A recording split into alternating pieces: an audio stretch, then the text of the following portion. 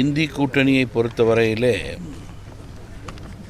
முரண்பாடினுடைய மொத்த வடிவம் உருவம் என்று நாங்கள் கூறினோம்.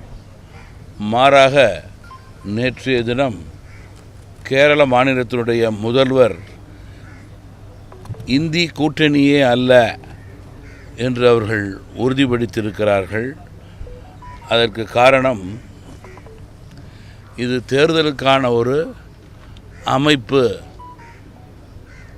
என்று அவர்கள் தெளிவுபடுத்தியிருக்கிறார்கள். மேலும் தலைமையில்லாத முரண்பாடான கூட்டணி நாட்டினுடைய பாதுகாப்பிற்கும் வளர்ச்சிக்கும் வாக்காளர்களுக்கு ஒருபோதும் நம்பிக்கை அளிக்க முடியாது என்பதை நான் இங்கே குறிப்பிட விரும்புகிறேன். ஒரு வாக்குச்சாவடியிலும் நூற்றுக்கணக்கானோருக்கு வாக்கு இல்லை என்று தங்களுடைய வாக்குரிமையை நிராகரித்திருப்பது ஜனநாயகத்திலே ஒருபோதும் ஏற்புடையதல்ல. இதற்கு தமிழகத்தினுடைய தேர்தல் ஆணையம் பொறுப்பேற்க வேண்டும் என்பதுதான் எங்களுடைய எண்ணம். அப்படி ஒவ்வொரு வாக்குச்சாவடியிலும் 40-50 என்று கணக்கு போட்டால் நிச்சயமாக ஒரு தொகுதியிலே ஆயிரக்கணக்கான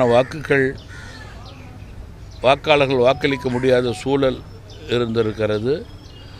இதனுடைய பின்னணி என்ன, ஏன் இப்படி நடந்தது என்பது கேள்விக்குறியாக இருக்கிறது. நான் வாக்களிக்க சென்ற வாக்குச்சாவடியில் கூட கணவருக்கு வாக்கு உண்டு, மனைவிக்கு வாக்கு இல்லை என்பது ஆச்சரியமாகவே இருக்கிறது. இது மக்கள் மத்தியிலே நிச்சயமாக பேச்சாக இருக்கிறது. ஏன், எதற்கு நடந்தது என்பது கேள்விக்குறியாக இருக்குது. மேகதாது அணை குறித்து சர்வசாதாரணமாக அறிக்கையை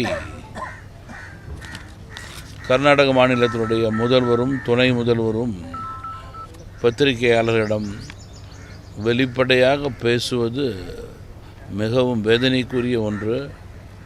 தமிழகத்திலே மேகதாது அணை கட்டினால் இங்கே டெல்டா பகுதி பாலைவனமாகிவிடும் என்பதிலே மாற்று கருத்து கிடையாது. நம்முடைய விவசாய பெருங்குடி மக்களுக்கு இது பயிர் பிரச்சனை மட்டுமல்ல, உயிர் பிரச்சனை.